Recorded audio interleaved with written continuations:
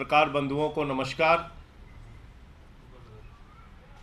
प्रधानमंत्री की डिग्री का मामला जब से सामने आया है, पूरी की पूरी भारतीय जनता पार्टी बौखला गई है।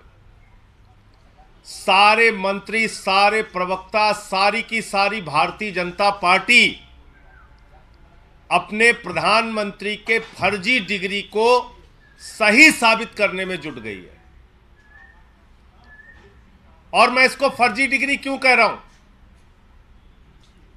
इसलिए कह रहा हूं कि प्रधानमंत्री जी ने जो डिग्री सार्वजनिक की है,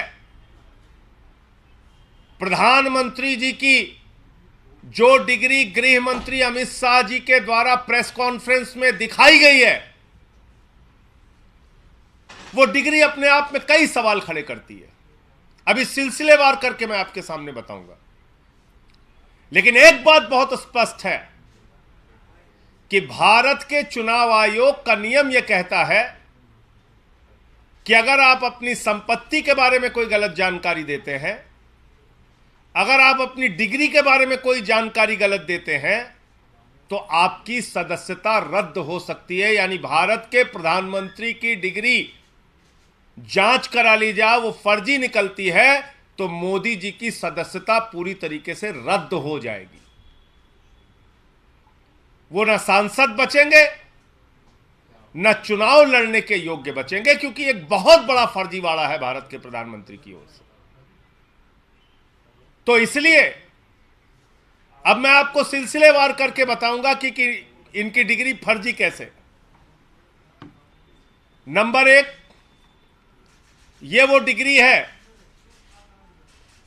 जो गृह मंत्री अमित शाह ने प्रेस कॉन्फ्रेंस करके दिखाई थी और कहा था कि प्रधानमंत्री की मास्टर डिग्री ये है। गुजरात विश्वविद्यालय से उन्होंने मास्टर ऑफ आर्ट्स किया है।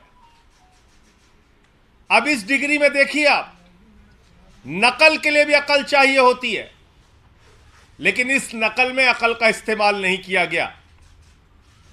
यहां पर यूनिवर्सिटी लिखा हुआ है और यूनिवर्सिटी की स्पेलिंग में विक्ट्री का वी जो आता है, उसके इस्तेमाल की जगह बैट का बी इस्तेमाल किया गया है। यह हो गया यूनिवर्सिटी। तो हमारे मोदी जी यूनिवर्सिटी से पढ़ाई किए हुए हैं और इसी सर्टिफिकेट में एक जगह और यूनिवर्सिटी लिखा हुआ है, नीचे उसकी अंग्रेजी ठीक लिखी हुई है। यहां बी आ गया, यहां पे विक्ट्री का वी आ गया। ये देखिए आप, इसी सर्टिफिकेट की बात कर रहा हूं जो गृह मंत्री जी ने दिखाई। दूसरा, मास्टर ऑफ आर्ट्स जिस फॉन्ट के अंदर लिखा गया है, जिस फॉन्ट में यानी कि जिस लिपि शैली में मास्टर ऑफ आर्ट्स लिखा गया है, इस लिपि शैली की शुरुआत 1992 में हुई है। यह फॉन्ट, यह लिपि शैली, मास्टर ऑफ आर्ट्स जिसमें लिखा गया है, यह लिपि शैली आई है, यह फॉन्ट आया है 1992 में। और प्रधानमंत्री जी का क्या दावा है कि उन्होंने 1983 में ही एमए पास कर लिया था। यह है दूसरा सवाल। अब तीसरा सवाल और सबसे बड़ा सवाल यह है प्रधानमंत्री जी का।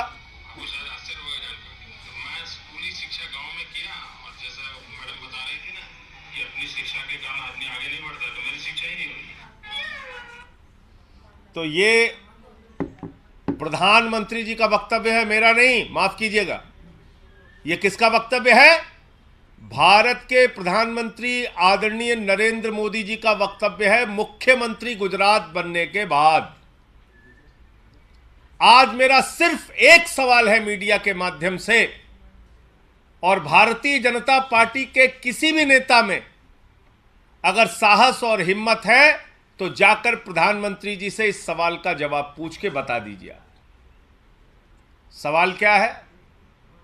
79 में और 78 में अगर बैचलर डिग्री दिल्ली विश्वविद्यालय से प्रधानमंत्री ने कर ली, 1983 में मास्टर ऑफ आर्ट्स की डिग्री गुजरात विश्वविद्यालय से कर ली। अगर आपकी 1989 में बीए की डिग्री हो गई, 1983 में एमए की डिग्री हो गई, तो भैया प्रधानमंत्री जी देश के सामने इस बात का खुलासा कर दीजिए कि फिर 2005-6 के दौरान या मुख्यमंत्री बनने के बाद का ये जब का भी भाषण है, आपने क्यों एक टीचर को संबोधित करते हुए कहा कि आपकी कोई शिक्षा दीक्षा नहीं है, स्कूली शिक्षा के आगे आप नहीं पढ़े। ये तो आपका बयान है, मेरा बयान नहीं है। ये बयान तो आपने दिया है प्रधानमंत्री जी, ये बयान आपका है, मेरा बयान नहीं है। मैं स्कूली शिक्षा गांव में किया, और जैसा मैडम बता रही थी ना कि अपनी शिक्षा के कारण आदमी आगे नहीं बढ़ता, तो मेरी शिक्षा ही नहीं हुई। मेरी शिक्षा ही नहीं हुई, ये नरेंद्र मोदी जी गुजरात के मुख्यमंत्री बनने के बाद कह रहे हैं एक टीचर को संबोधित करते हुए। तो भैया जब आपने 79 में बीए कर लिया, 83 में एमए कर लिया, फिर 2005-6 में आप क्यों झूठ बोल रहे हैं? इसका मतलब ये सच बोल रहे थे मुख्यमंत्री रहते हुए, जो उन्होंने कहा वो सच था, वो सच था। उसके पहले के जो उनके डिग्री के खुलासे हैं वो झूठे हैं, गलत हैं।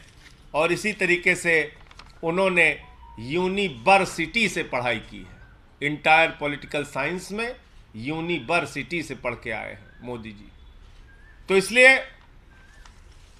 गुजरात हाई कोर्ट का जो फैसला आया वो अपने आप में बड़ा ही चौंकाने वाला है, हास्यास्पद है कि सीआईसी ने ऑर्डर दिया था डिग्री दिखाने के लिए, गुजरात का विश्वविद्यालय गया हाई कोर्ट में कि डिग्री ना दिखाई जाए, और गुजरात के हाई कोर्ट ने जुर्माना कर दिया अरविंद केजरीवाल जी के ऊपर, जिसका कोई लेना देना नहीं। वो गए भी नहीं अपील में। तो इसका मतलब दाल में काला नहीं, पूरी की पूरी दाल काली है। और नकल के लिए भी अकल चाहिए, उस अकल का भी इस्तेमाल यह डिग्री दिखाते समय नहीं किया गया है। और बीजेपी की सारी लीडरशिप और स्वयं प्रधानमंत्री जी जवाब दें कि 79 में अगर आपने बीए किया, 83 में आपने एमए किया, तो 2005-6 में आपने क्यों कहा कि आपने कोई शिक्षा स्कूली शिक्षा के बाद नहीं की है? अर्थात या तो आपकी डिग्री फर्जी है या आपका बयान झूठा है। दो में से एक ही बात हो सकती है। आपका कोई प्रश्न हो आप पूछ सकते हैं। आप लोग तो सवाल उठा रहे हैं बीजेपी का, बता रहे हैं बीजेपी के लोग कह रहे हैं कि ये सवाल इसलिए उठाए जा रहे हैं क्योंकि जो भ्रष्टाचार के मामले में संविधान हटाया जा सके। और देखिए, भ्रष्टाचार के मामले में क्या बोला जाए? भ्रष्टाचार तो मोदी जी के साथ आसमान में घूम रहा है। इस भ्रष्टाचार का जवाब कौन देगा? ये भ्रष्टाचार जो आसमान में घूम रहा है अडानी वाला, जिसमें आराम से लेटे हुए मोदी जी कह रहे हैं लूट ले बेटा लूट ले, सारा हिंदुस्तान लूट ले। देखिए आप, ये तस्वीर भूल गए आप? ये अडानी की तस्वीर है। अपनी राजनीतिक सत्ता को बचाने के लिए नरेंद्र मोदी जी ने अडानी के माध्यम से अपनी आर्थिक सत्ता खड़ी की और एक ही व्यक्ति को कोयला दे दिया, गैस दे दिया, बिजली दे दिया, पानी दे दिया, सड़क दे दिया, स्टील दे दिया, सीमेंट दे दिया, सीपोर्ट दे दिया, एयरपोर्ट दे दिया, आकाश से पाताल तक सब कुछ दे दिया, 2.5 लाख करोड़ का कर्जा दे दिया, 86,000 करोड़ का कर्जा माफ कर दिया। और उस अडानी ने क्या किया? 38 फर्जी कंपनियां दुनिया के तमाम देशों में अपने भाई के साथ मिलकर खोली। अकेले एक पते पे 6 कंपनी खोलकर मॉरिशस से 42,000 करोड़ रुपए अडानी की कंपनी में लगाया गया। ऐसे लाखों करोड़ रुपए का घोटाला और भ्रष्टाचार और काला धन अडानी की कंपनी में लगा है, जिसके हवाई जहाज में बैठकर भारत के प्रधानमंत्री घूमते हैं। आज तक इस घोटाले पर जेपीसी क्यों नहीं बनी? सारी की सारी पार्लियामेंट की पार्टियां एक स्वर में मांग कर रही हैं, जेपीसी बनाओ, जांच तो कराओ। जांच नहीं कराते। क्योंकि घोटाले में भारत के प्रधानमंत्री और भारत की सरकार सर से पांव तक डूबी हुई है। यह है सच्चाई। और कोई प्रश्न हो आप लोगों का? ये दूसरा धन्यवाद। मामला है गुजरात हाई कोर्ट से सामने आया, जो 2002 के दंगे के जो मामले में जो रेप और मर्डर के आरोपी थे उन 26 लोगों को रिहा कर दिया गया है। आप अभी इस प्रेस कॉन्फ्रेंस में जानकारी दे रहे हैं, मुझे इस पूरे घटना की जानकारी नहीं है, लेकिन मेरा अपना ये मानना है, नफरत की राजनीति, दंगे फसाद की राजनीति, गुंडागर्दी की राजनीति, समाज को तोड़ने की राजनीति इस देश को विखंडित करेगी और ऐसा करने वाले के खिलाफ सख्त से सख्त सजा होनी चाहिए। पश्चिम बंगाल और बिहार में कुछ जगह हिंसा हुई है। उस हिंसा की कुछ तस्वीरें हम लोगों ने देखी।